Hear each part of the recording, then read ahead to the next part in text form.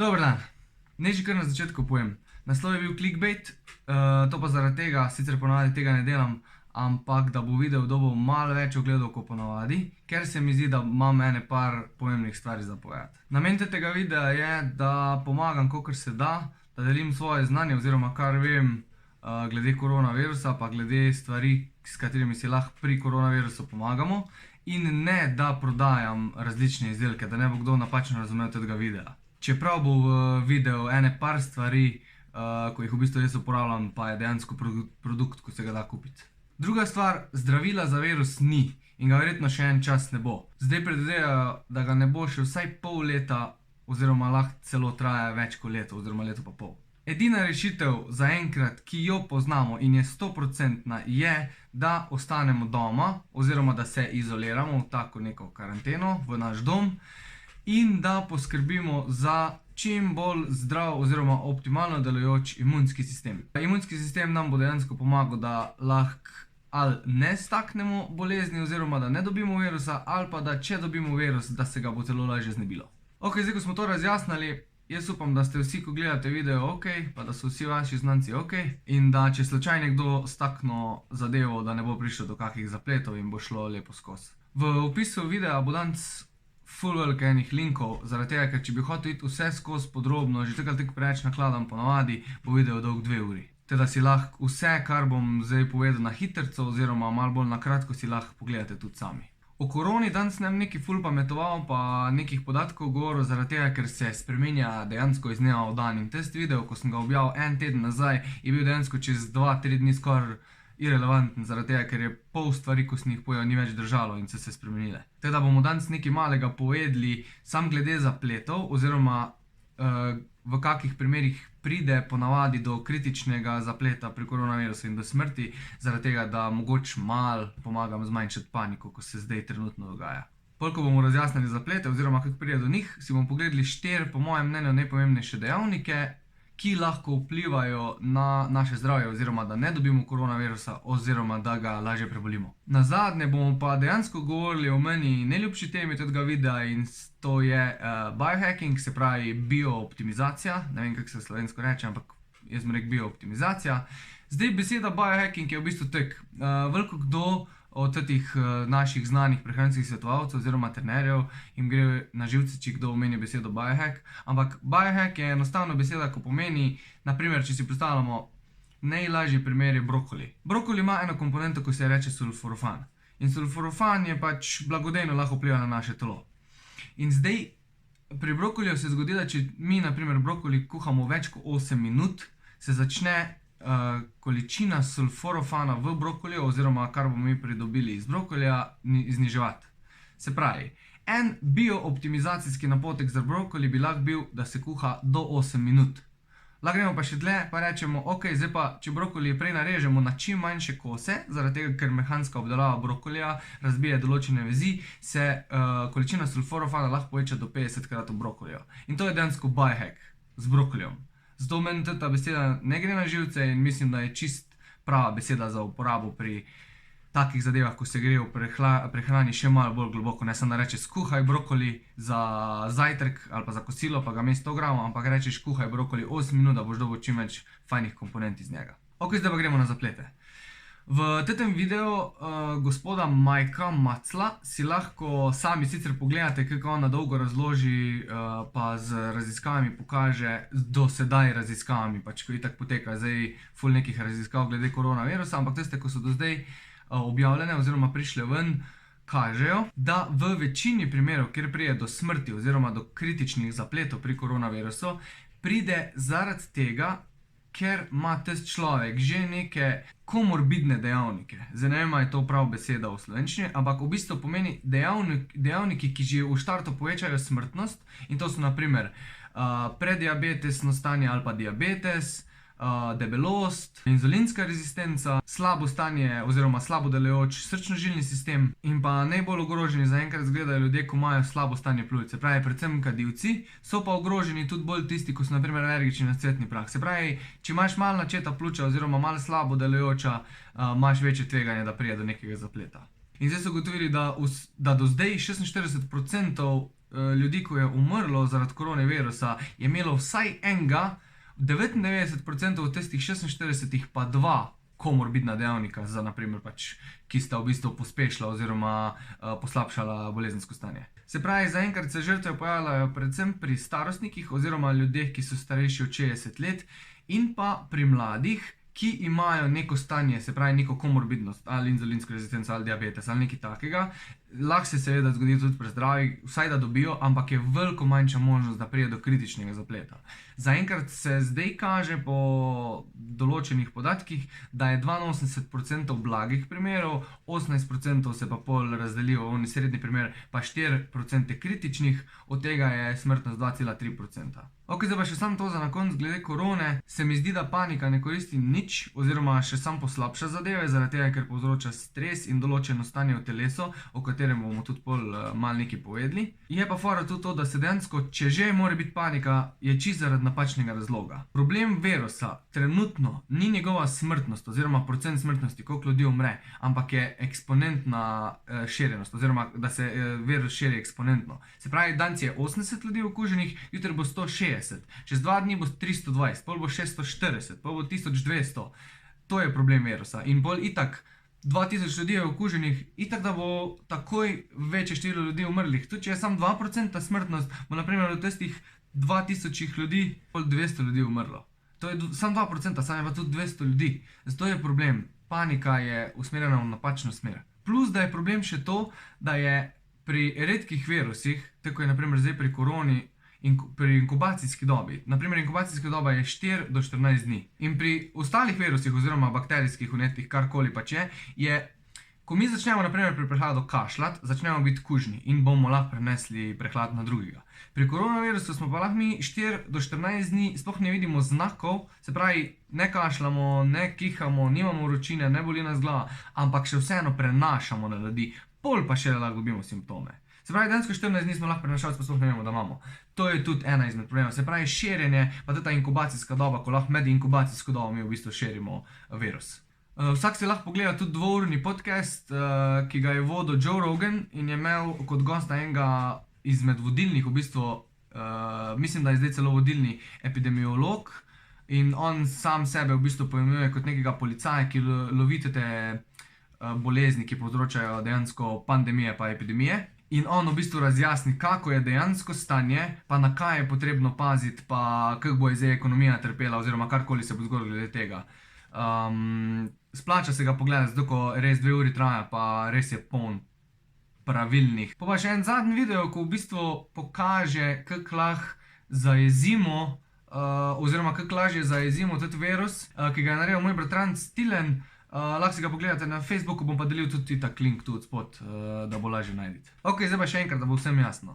Stvari, o katerih bom govoril zdaj, ne bojo zdravile koronavirusa direktno, ampak bojo vplivali na imunski sistem. Zdaj, imunski sistem bo pa se boril proti koronavirusu. Se pravi, da ne bo kdo narobe zastopil. To, kar bom zdaj govoril, ni zdravilo za koronavirus, ampak je pomoč imunskemu sistemu, da se bo lažje obadil z tujki, ki jih bo pač dobil v telo. Prva stvar, ko je potrebno omeniti, je prehrana. Glavni 2 stvari pri prehrani sta kvaliteta hranil in pa kalorijski vnos mora biti, lahko je kalorijski deficit, ampak ne sme biti prevelik. Če naprimer hočemo neko telesno težo vzdrževati, zdaj ko bo mogoče manj aktivnosti, karkoli. Manjši, ko je kalorijski vnos, telo pač rabi hranila, ne, tudi za popravilo struktur, za kognitivno delovanje, za aktivnosti, karkoli pač delamo. Se pravi, kalorijski deficit ne sme biti prevelik, zaradi tega, ker pač pol telo ne umelo hranilo porabiti za borbo proti tujkom, za hraniti svoj imunski sistem. Zdaj zaenkrat nobena raziskava še ne kaže, kjer način prehranjevalni bi lahko pomagal pri koronavirusu. Eni govorijo visokohidratna, eni govorijo nizkohidratna, zdaj ketonska dieta, naprimer eni govorijo, da zaradi tega, ker pomaga nižati inflamacija, da bi lahko pomagala zaradi tega, ker inflamacije nastajajo pri tem virusu, ampak zaenkrat je dieta še preveč individualizirana stvar in lahko da ketonska dieta dejansko pomaga pri koronavirusu, ampak bo od 100 ljudi bo mogoče pomagala 2-3, 97 in pa ne zaradi tega, ker se vsako telo se drugače odziva na isti način prehrane. Tako da tu moramo poslušati svoje telo, kaj nam najbolj paše, česa smo dejansko zdaj navajeni, ne smemo zdaj iti neke drastične spremembe zaradi koronavirusa, zaradi tega, ker bo tudi to za telo šok in lahko v bistvu še poslabšamo zadeve. Se pravi, kaj je bolj pomembno? Da je hrana čim bolj raznolika, da vnesemo živalsko hrano, rastlinsko hrano, zelenjavo, sadje, škrob, beljakovine, mlečne izdelke, karkoli pač nam paše in da je čim bolj biorazpoložljivo. Predvsem govorim tule oziroma mislim tule na aminokisline oziroma beljakovine, zaradi tega, ker so v bistvu glavni gradniki ne samo imunskega sistema, ampak vseh celic in struktur v našem telesu. In tu zdaj pride do manjše razlike med ljudmi, ki so v bistvu vsejedi in jejo tudi hrano živalskega izvora, in pa ljudi, ki so za vegetarijance še niti ni taka panika, zato ko imajo mlečne izdelke pa jajca, je bolj panika za vegane. Ni nič narobe, če si vegan, sam pač pazi, da še posebej zdaj poskrbiš za pravi oziroma dovoljšni aminokislinski vnos in jaz ti bi priporočil vsakmu, ko zdaj gleda video, pa je mogoče vegan oziroma plant-based, da poveča svoj beljakovinski vnos za 33% vsaj. Bom tudi objavil oziroma delil študijo, oziroma moj video obnove študije, ki je pokazala, da so kljub super kvaliteti rastlinskih virov aminokislin oziroma beljakovin živalske oziroma mlečne še vedno superiornejše. Ista količina je dvignala aminokislinski profil za 30% več. Se pravi, jej tako ješ, jej vegansko, sam dej si malo dodaj še aminokisline iz različnih virov za vsak slučaj, da bo imel tvoj imunski sistem dovolj gradnikov. Druga najpomembnejša stvar, ko je fizična aktivnost. Zdaj za fizične aktivnosti je tokrat raziskav že, pa tokrat je že bilo potrjeno, da fizična aktivnost blagodejno oziroma super vpliva na naše zdravje, podaljšuje naše življenje, izboljšuje kvaliteto našega življenja, da tu se ne bomo preveč ustavljali, itak bom delil raziskave tudi od spod, ene par, ko jih bom najdel, ampak lahko bi mogoče tule izpostavil kardiovaskularno zdravje, ki se izboljša z nekim treningom. Trening je lahko trening za moč, lahko je nek steady state kardio, lahko je sprehod, lahko je tek,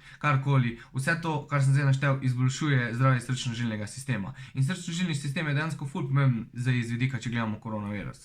Zato bo trening lahko pomagal oziroma neka rahla, zmerna fizična aktivnost pomagala pri ohranjanju optimalnega delovanja imunskega sistema. To zdaj ne pomeni, da če prej nisi pa nič treniral, boš pa zdaj nabavil 100 kg teži za jurja evro, pa boš šel doma pa naredil ne vem kak gym si pa telovado. Po mojem mnenju je že dovolj, da se gre parkrat na teden na nek lahko oziroma nizko intenzivnost, nek trening, da si ga narediš, da greš na sprehod. Predvsem je fajn, da greš na sprehod v naravo, zaradi tega, ker že sam, če greš na sprehod v naravo, raziskave kažejo, da sam ko si v naravi znižuješ stres, ne s tem, ko si fizično aktiven, to itak, plus tega, da si pa v naravi pa znižuješ stres. Naprimer, na Japonskem oziroma na Kitajskem so naredili eno študijo, oziroma zdaj to uporabljajo tudi kot prakso, da ljudje, ko pridejo tja z depresivnimi oziroma simptomi anksioznosti, jim dajo prvo, dejansko se reče gozdna terapija. In morajo ne vem kolikokrat na teden, za ne vem koliko cajta hoditi v gozd,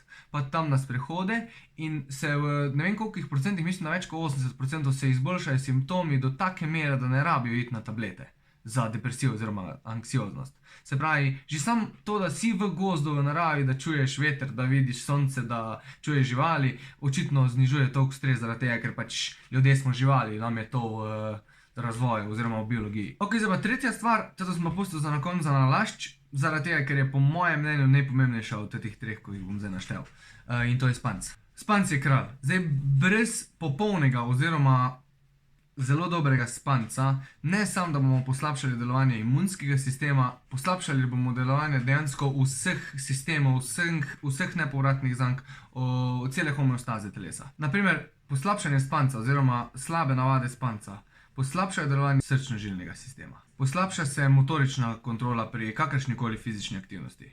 Poslabšajo se kognitivne sposobnosti, na inzulin vpliva celo iz dveh front, se pravi, 2 dni prikrajšanega spanca je v raziskavi bilo pokazano, da je znižalo izpust inzulina v telo ob nekem hidratnem obroku skoraj za polovico, plus da je bila tista količina inzulina, ko se je spustila v telo, manj učinkovita. Se pravi, dejansko se ga je izpustilo manj, pa še test, ko se je izpustil, je bil manj učinkovit. Sam zaradi tega, ker je spal 2 uri manj, 3 dni ali 2 dni zaporedoma. Slab spanec povzroča tudi nabiranje tau proteina v možganih, zaradi tega, ker ga naš limfatični sistem ne more spucati dosti učinkovito in to pol povzroča znake demence oziroma povzroča dejansko demenco, poslabša pa pol tudi obnovo tkiv in imunskega sistema. Ok, kaj pa zdaj to pomeni? Zdaj to ne pomeni, da bomo mi zdaj, ne vem, 14 dni, 1 mesec, 2 meseca doma, pa bomo vsak dan spali do 11. Ponavadi smo hodili pa, ne vem, o 5, 6 na šiht. To pa zaradi tega, ker bomo dejansko čist porušili svoj cirkadiani ritem.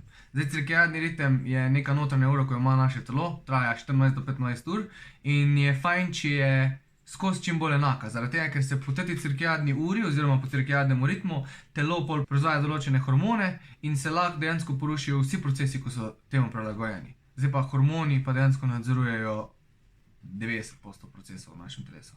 Zdaj splošno je neko pravilo, da je za večino populacije od 7 do 9 ur spanca nek optimum, ampak je itak individualno od vsakega.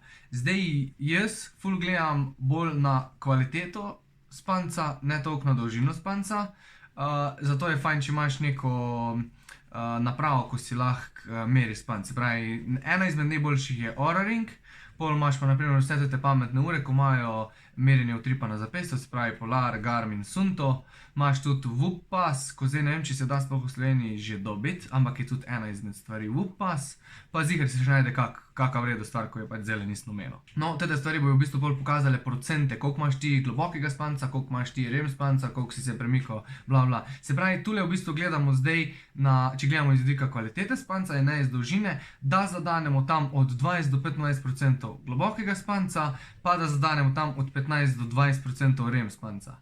Zdaj, odvisno je tudi, koliko fizične aktivnosti je čez dan. Če je več fizične aktivnosti, je fajn imeti malo več globokega spanca, če je pa več kognitivne, da ne vem, neke članke pišeš, nekaj bereš cel dan, bo pa po pravilu moglo biti malo več REM spanca, zaradi tega, ker je odgovoren za nastajanje spominov oziroma novih kognitivnih sposobnosti. Zdaj preveč dolč ne bom šel, oziroma preveč globoko ne bom šel, bom delil link do svojega članka, kjer sem podrobno opisal, kako lahko optimiziramo globok spanc in nasploh pač, zakaj je spanc pomemben. Ok, zdaj pa kalah poleg teh treh najpomembnejših stvari, se pravi spanc, fizična aktivnost, prehrana, še pomaga pri izboljševanju imunskega sistema. Ena stvar je zniževanje stresa. Zdaj, o stresu sem nekaj že govoril, bom tudi dal link glede kortizola, kaj se zgodi, ko se kortizol spusti, oziroma zaradi česa se kortizol spusti, ampak stres poznamo mi, oziroma telo zazna na več načinov, oziroma na dva načina. Stres lahko zaznamo kot fizični stres ali pa kot psihični stres. Zdaj, dva človeka bo ta isto stvar, ko je na primer stresna situacija, zaznala čisto drugače. En jo bo zaznal bolj stresno, en manj stresno. In zdaj, ko je zaznal bolj stresno, se more še bolj posluževati tem tehnikam, ko jih bom zdaj omenil, za zniževanje stresa. Ena tehnika za zniževanje stresa je fizična aktivnost. Druga tehnika za zniževanje stresa so dihalne vaje. Najboljša dihalna vaja, po mojem mnenju, je box breathing. O tem sem tudi že pisal objavo, pa bom dal link, če najdem. Drugače pa v bistvu fora samo to, da dihamo kot da si predstavljamo kvadrat. Se pravi, vdih je 4 sekunde skozi nos, zadržimo sapo 4 sekunde, izdih je 4 sekunde skozi uste in zadržimo izdih 4 sekunde. In to ponovimo. Se pravi 4, 4, 4, 4. In to je v bistvu box breathing.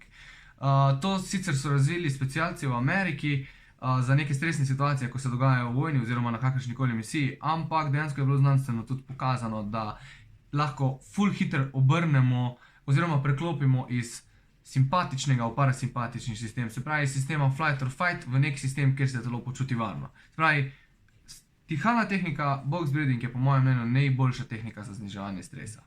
Pomaga pa tudi meditacija, bom tudi delil ene par raziskav, kako lahko meditacija pomaga pri zniževanju stresa. Pol imamo pa temperaturno nihanje oziroma ekstremne temperature, pod katere izpostavljamo telo. To sta pa sauna pa hladne kopelje, naprimer, se pravi toplo mrzlo. Če me mogoče spremljaš na Instagramu ali pa na Facebooku, si videl, da sem sam pristaš tega, velikokrat grem v savno, ko imam le šanso, doma na terasi imam kopel, ko imam zdajle vodo 4 stopinje, pa probam iti čim bolj pogosto noter, če mi ne rata, se pač tuširam z mrzlim tušom, tako da imam vsak dan vsaj nek šok za telo. In zdaj, zakaj je v bistvu to sploh pomembno?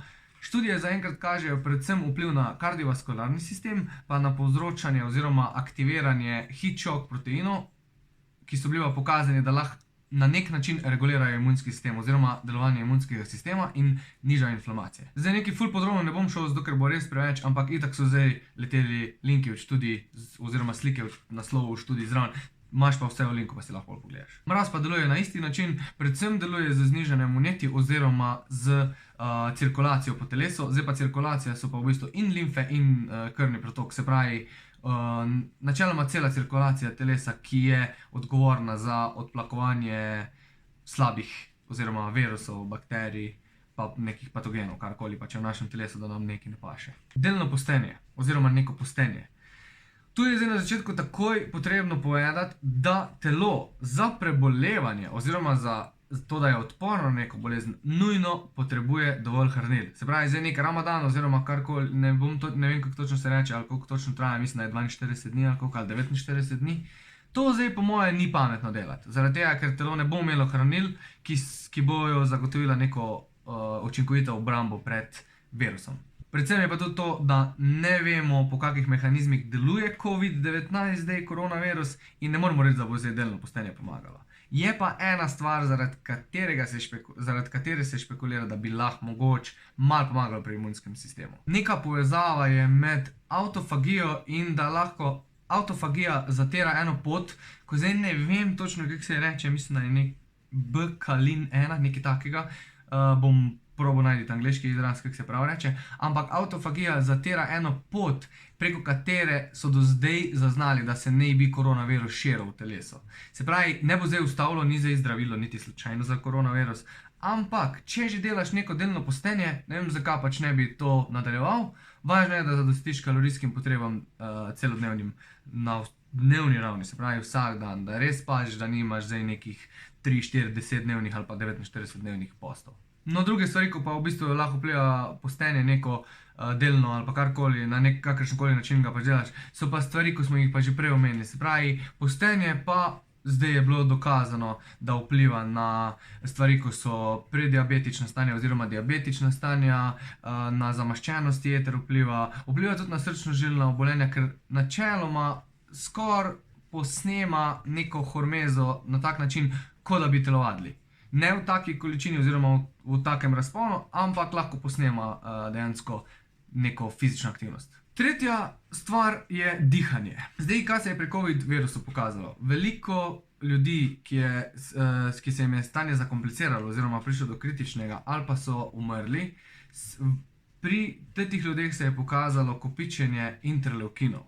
Predvsem interleukina 6 in interleukina 17. In v bistvu pol zaradi tega, ker se te hitro ta interleukina kopičita, lahko se v telesu zgodi sepsa in v bistvu se zakomplicira oziroma ljudje umrejo ne zaradi interleukinov in samega virusa, ampak zaradi tega, ker pride do sepse. Zdaj, dihalne vaje pa načeloma lahko pomagajo pri kvaliteti naših pljučnih struktur. Zato so bile opravljene tudi študije, ampak ne zdaj v primeru koronavirusa, že prej, kako lahko pač določene dihalne vaje, naprimer dihalne vaje po principu Wim Hofa, izboljšajo stanje naših pljuč. Se pravi, niso bile opravljene študije za koronavirus, ampak nasploh za zdravje pljuč, kako lahko dihalne vaje določene vplivajo. Je pa še ena pozitivna stvar dihalnih vaj oziroma pozitivna stran dihalnih vaj, da vplivajo na naše mišljenje oziroma dejansko na zniževanje stresa. Pomagajo nam biti v trenutku in že samo to, da dejansko zaznamo v nekem stanju oziroma v neki stresni situaciji, ok, zdaj smo v trenutku, malo se zberi, počakaj 10 sekund, mogoče pa ni tako hudo, ko misliš, že samo to lahko pomaga, da se ne bo imunski sistem zdaj neki preveč steril, sam zaradi tega dodatnega stresa oziroma viška adrenalina. Ok, zdaj pa zadnji del videa je pa biooptimizacija, se pravi biohacking. Tu so pa zdaj v bistvu bolj kot ne samo špekulacije. Zaradi tega, ker nimamo nobenega zdravila, še enkrat povem, nimamo zdravila za COVID virus zaenkrat, ampak določene stvari, ki jih bom zdaj naštel, lahko pomagajo pri podpori imunskega sistema ali pa pri optimizaciji, naprimer spanca, ki bo pol pomagal pri optimizaciji imunskega sistema. Se pravi, dejansko določene stvari, ki jih bom zdaj povedal, bojo nasplošno za imunski sistem, določene stvari bojo pa za podporo omenjenim stvarem, ko sem jih prej povedal. Upam, da ste to zdaj dostopili. Prva stvar so probiotiki. Zdaj, probiotiki načeloma ne delajo nekih čudežev, ampak se je pa pokazalo, pa je že več let se pokazala povezava med našim črevesjem, pa možgani, pa nasploh imunskim sistemom. Se pravi, naše črevesje bi lahko rekli, da je skoraj drug imunski sistem, če imamo urejeno tako je treba. In v primeru inflamacije oziroma v primeru virusov se je pokazal en probiotik za najbolj učinkovitega v borbi proti ubijanju določenih celic. In to je probiotik, ki se imenuje B-Lactis HN019. Bom še tu zraven napisal, pa itak dodal link, da si ga lahko sam pogledati. Ampak je dejansko se v največjih študijah pokazalo, da je pomagal zniževati škodljive celice. Resti, ne se mi ribati ob telefon, prosim, kaj snemam. Še vedno ni trdnih nekih dokazov, da bi zdaj šel si kupovati določen probiotik, ki ga lahko dobiš v prahu, ampak bi rajš, ne vem, povečal vnos kislega zela v prehrani, ko ga že tako ali tako jem 4 do 5 krat na teden, pa vam zdaj pač malo povečal, da mogoče še izboljšam probiotično ravnovesje v telesu. Zdaj v prehrani mogoče lahko optimiziramo svojo prehrano na tak način, da poskrbimo, da je v prehrani še malo več vitamina C, vitamina A, vitamina E, pa cinka pa selena. To so v bistvu stvari, ko lahko podprejo naš imunski sistem najbolj. Sicer itak so vsa hranila potrebna, ampak ta hranila so bila pokazana, da če je v telo v pomanjkanju, naš imunski sistem deluje malo slabše, kot bi pa mogel delovati. Zdaj v prejšnjem videu sem že razjasnil, da v bistvu vitamin C pa vitamin E je fajn imeti skupaj, zaradi tega, ker vitamin C deluje kot reciklator oziroma da reciklira vitamin E v telesu, vitamin E pa lahko deluje v telesu kot en izmed najmočnejših antioksidantov, ki se dejansko vgrajujejo v celice. Zdaj, če se bo kdo odločil, da bo to povečal, priporočam vitamin C kot suplementacijo, ne kot hrano, zaradi tega, ker, mislim, kot hrano itak, ne, ampak dodatek bi še dodal vitamin C v prahu, zaradi tega, ker ga rabimo vsaj 5 gramov na dan, da deluje kot nek antioksidant oziroma da pomaga reciklirati vitamin E. V manjših količinah nima takega učinka. Vitamin E sem tudi zadnjič povedal, da je najboljši, če se jemlje cel spekter. Posegel bi pa osebno tudi po medicinskih gobah. In sicer dve, ko sta najbolj pomembni.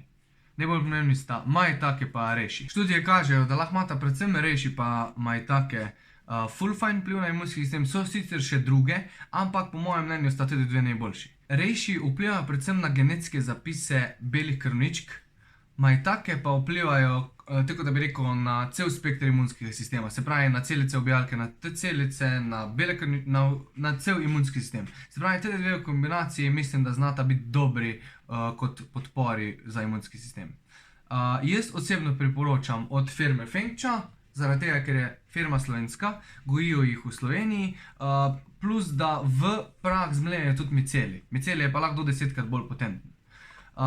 Zdaj ni nujno, da si kupiš tete, ko jih jaz uporabljam, pa ko so moji sponzorji, zaradi tega, da ne bom mislil, da je kdo tule, da je konflikt interesov. Fora je samo, da moje osebno mnenje je, da so tete najboljše. Lahko pa naročiš iz Amerike oziroma kakršnokoli svojo firmo ti hočeš. Za potrebe selena lahko načeloma posežete po dodatkih, ampak po mojem mnenju ni treba, ker sem glih zadnjič tudi govoril, ko sem razlagal v svojem pre-workoutu, da sta 2 brazilska oreščka dost za 140 skoraj ali 128% dnevnega vnosa cinka. Zdaj, če pojemo zdaj selena, če pojemo zdaj 2 na dan, dokler da je ta kriza, mislim, da bomo imeli selena dovolj v telesu za podporo imunskega sistema. Ok, zdaj pa optimizacija spanja. Tole bom probal biti čim krajši, zaradi tega, ker sem itak že delil članek od spod, pa sem že prej nekaj v spanju povedal, ampak je pomembno, da povem tudi, na kak način lahko izboljšamo našo kvaliteto spanja. Se pravi, zdaj smo poskrbeli, da spimo 7 do 9 ur, zdaj pa poskrbimo še, da bo res 20 do 15% globokega, pa 15 do 20% REM spanca. Zdaj, podpora spanca se začne že zjutraj, ko se zbudimo. Prva stvar, ko jo lahko naredimo za spanc je ali gibanje, ali izpostavljenosti sončni svetlobi, ali pa neka hrana. Zdaj, jaz imam najrajši izpostavljenost sončni svetlobi pa gibanje. Se pravi, gremo za 10 do 15 minut na sprehod je čist dost. To je zaradi tega, ker imamo v telesu oziroma v očesu en receptor za modro svetlobo, ki v bistvu ob tem, ko nas sončna oziroma modra svetloba iz sonca udari v test receptor, se začne oziroma se preneha sproščanje melatonina v telesu. In zato se lahko začnejo procesi normalni in telo dobi znak, da mora postati budno. To je pomembno tudi z vidika adenozina, zaradi tega, ko se neha sproščati melatonin, se lahko začne proizvajati adenozin in čez dan mora adenozina se nakopičiti, zaradi tega, ker je to signal telesu, da mora začeti sproščati melatonin proti večeru, kar pa pol pomaga pri kvaliteti spanca. Pač melatonin je dejansko en izmed glavnih, oziroma če ni kar glavni regulator spanja oziroma ciklu spanja in budnosti. Druga stvar, ko je, to sem že prej omenil, je, da se probamo zbujati pa hoditi spat ob nekem istem cajtu. do 1 uro lahko varira ta čas. Se pravi, hodimo spat od 10 do 11, zbujamo se pa od 6 do 7. To bo pomagalo, da bo cirkadiana ura zrihtana, se pravi, bo pol hormonsko delovanje tako, kot je treba in bojo vsi pol cikli, ko morajo potekati čez dan, se pravi, določena prebava, določeno popravljanje mehkih tkiv, ko morajo delati po noči, bo telo točno vedelo, kdaj mora kaj narediti in bo zato kvaliteta spanca izboljšana. To bo pa pomagalo tudi, oziroma zrihtana cirkadiana ura bo pomagala pa tudi, da se bojo sproščali nevrotransmiterji, kot so naprimer GABA, pa acetilholin ali pa serotonin v pravih razmerih in v pravem času. Spanc lahko podpremo naprimer tudi na določene načine s prehrano. Prvi je še ena medicinska goba in sicer Lion's Mane. Lion's Mane v bistvu deluje pa na malo drugačen način kot pa prej omenjeni gobi. In sicer Lion's Mane deluje predvsem na možgane oziroma na sproščanje iz možganov rastnega hormona za živce. In je dejansko bilo pokazano, da izboljšuje kvaliteto spanca. Druga stvar so višnje oziroma višnjev sok, so bile tudi pokazane, da nadzorujejo cikle spanja in budnosti, se pravi podaljšajo cikle spanja in skrajšajo cikle budnosti zaradi citokinov. Ena izmed stvari, ko jo jaz tudi sam prakticiram in sem opazil, da mi pomaga, glede na to, da si gledam rezultate po uri in se izboljšujejo, 2 do 3krat na teden pijem vino, rdečo vino, ki v bistvu pomaga sproščati GABA, to je nevrotransmiter, ki v bistvu povzroča močno sproščanje živčnega sistema in nas dejansko uspava. Ampak z alkoholom ne smemo pretiravati, zaradi tega, ker sicer iz vidika sproščanja GABA je super, več rdečega vina, ko boš pil več GABA, se ti bo sprostilo. Je pa tudi več etanola pol in v bistvu zaradi tega pol poslabša spanc. Se pravi, alkohol je dvorezen meč. Jaz sem ugotovil, da mi najbolj paše 1 deci pa še malo, se pravi približno četrtina, to je 115 ml. Tam sem ugotovil, da je spanc dejansko se izboljšal še za 2%, sem predolgo na globokem spancu. Če pa spijem 2 deci, se pa spanc poslabša. Teda meni pa še glih tam 1,2. Pomagajo pa lahko tudi različne meditacijske tehnike oziroma dihalne vaje. Meni osebno najbolj pomaga tehnika dihanja, ki se imenuje 4-7-8 in je podoben princip kot box breathing, se pravi 4-4-4, ampak tu v bistvu vdihneš 4 sekunde skozi nos, zadržiš za 7 sekund in pol 8 sekund izdihuješ. In pol takoj povežeš spet z vdihom 4 sekunde skozi nos, zadržiš 7 sekund in izdihneš 8 sekund. In jaz moram reči, da je to ena tehnika, ko mi najbolj učinkovito pomaga zaspati. To delam že približno pol leta, pa sem mislim, da 4krat, ne vem, če sem 4krat priš, da sem naredil 4 kroge. Ker 4 kroge moraš narediti. Vedno me pri 2. do 3. krogu zmanjka in se sploh ne spomnim več, da bi pač še 4. krog naredil. Pomagamo si lahko tudi z akupresurno blazino. Akupresurna blazina deluje v bistvu na tak način, da zaradi vseh budic, ko jih ima, ko se ti grlo ležeš, v telesu sprosti citokine in poveča krvni pretok predvsem v podkožjo in citokini v bistvu sproščajo na tak način kot višnje. Nazadnje pa je po moje pomembno še, da omenim čaj iz sivke in kamilice. Meni pač super pomaga, dejansko te uspava, že mogoče samo zaradi toplote. Jaz dodam še med, zaradi tega, ker sladkor zviša serotonin v telesu in serotonin dejansko pol pomerja, si v bistvu tako vesel, sproščen in grem lažje spat. Včasih pa vzamem tudi CBD. CBD moraš pa vzeti v malo večjih količinah, tam od 50 do 100 mg, da dejansko lahko vpliva na globok spanc. Ok, to je bilo zdaj čisto na kratko, kar sem lahko povedal o spancu. Imaš pa še več v onem linku, ko sem ga delil. Zdaj pa gremo še na zadnjo, na optimizacijo fizične aktivnosti. Tu v bistvu ni nobene neke filozofije, bolj je pomembno samo to, da ok, zdaj le vemo, fizična aktivnost pomaga pri podpori imunskega sistema. Zdaj bomo šli pa 2krat na dan telovaditi, pa bomo 2krat na dan laufali maraton. Ne, to je spet isti dvorezen meč, tako naprimer alkohol. Vadba je nek pozitiven stresor na telo. In ko mi opravimo nek trening, zdaj, težji trening, ko je, večja teža oziroma večja težavnost je to za imunski sistem, da popravi tkiva. Se pravi, večji oziroma težji trening, ko bo, več pozornosti bi mogel imunski sistem posvetiti mišicam, da jih popravi, pa živčnemu sistemu in manj pozornosti bo lahko posvetil obrambi telesa. Se pravi, fizična aktivnost mora biti mogoče glih taka, da gremo malce svoje meje, zaradi tega, da se lahko telo hitro adaptira in se takoj posveti nazaj obrambi telesa. Se pravi, sam na tak način bo fizična aktivnost dejansko pomagala za imunski sistem, drugače lahko naredimo več škode kot koristi, če bomo zdaj šli ne vem kakšne treninge delati, samo zaradi tega, da bi bili bolj zdravi. Zdaj, kaj bi jaz priporočal za nekega, ko ni glih začetnik, pa ni profesionalni športnik, se pravi neki vmes, tako ko sem jaz, ne vem. Za takega bi priporočal, da 3 do 4 tedensko izvaja neko kardiovaskularno aktivnost, kot je tek, easy tek, neka malo bolj hitra hoja ali pa nasploh sprehod malo daljši, pa 2 do 3 tedensko neki za moč.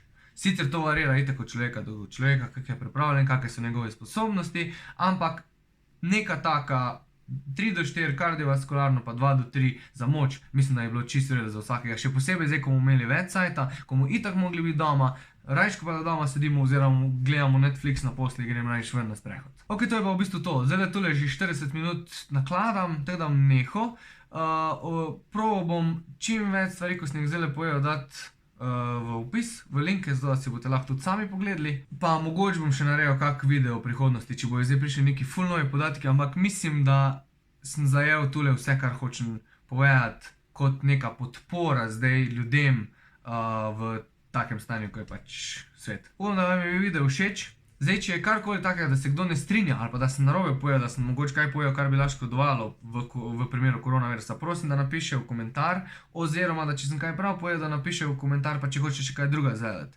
Ker pač je fajn, da to vem, če sem zdaj tule kaj narobe rekel. Ker nočem narobe govoriti in hočem sam svetovati ljudem s tistim znanjem, ko ga imam. Se pravi, ja, hvala lepa za ogled, pa se vidimo v naslednjem videu, ko pa mislim, da bo nekaj v zvezi s špartanskim tekom, kar imam že pripravljenega.